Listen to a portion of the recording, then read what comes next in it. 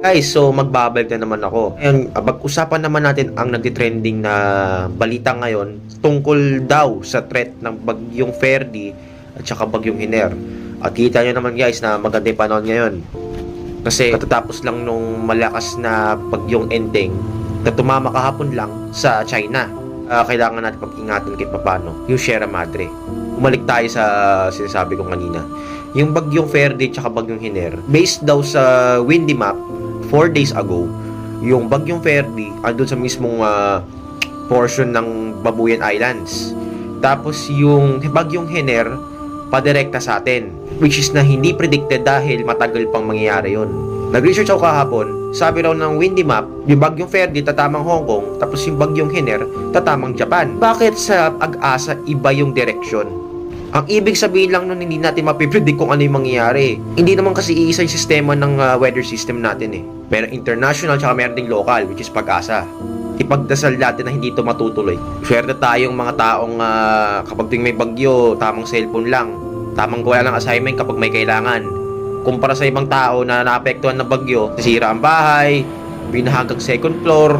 Dapat maging maawain din tayo kahit minsan. Kaya importante, mag-ingat, and always be updated sa mga future weather information kasi nakakatakot din yung threat na yun eh, yung bagyong Hiner kung gaano siya kalaki. Kasing laki niya yung buong Luzon.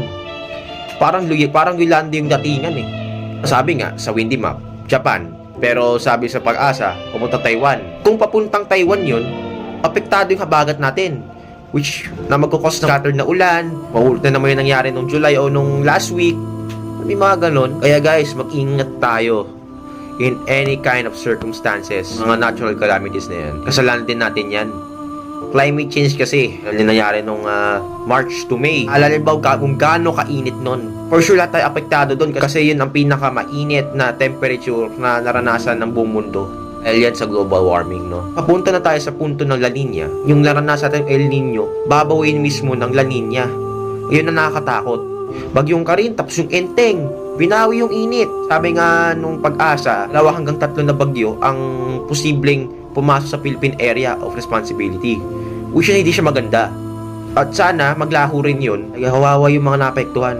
Dami nawalan ng bahay, daming binaha, yung mga company workers na umuwi ng alas 5, kawawa yung mga computers. Magdasal lang tayo. At wag yung pagdasalin na mag-suspend yung klase. Ayun guys, salamat po sa inyong pakikinig. It's me, Bernardo Escorial, a 15-year-old kid na tao may pangarap.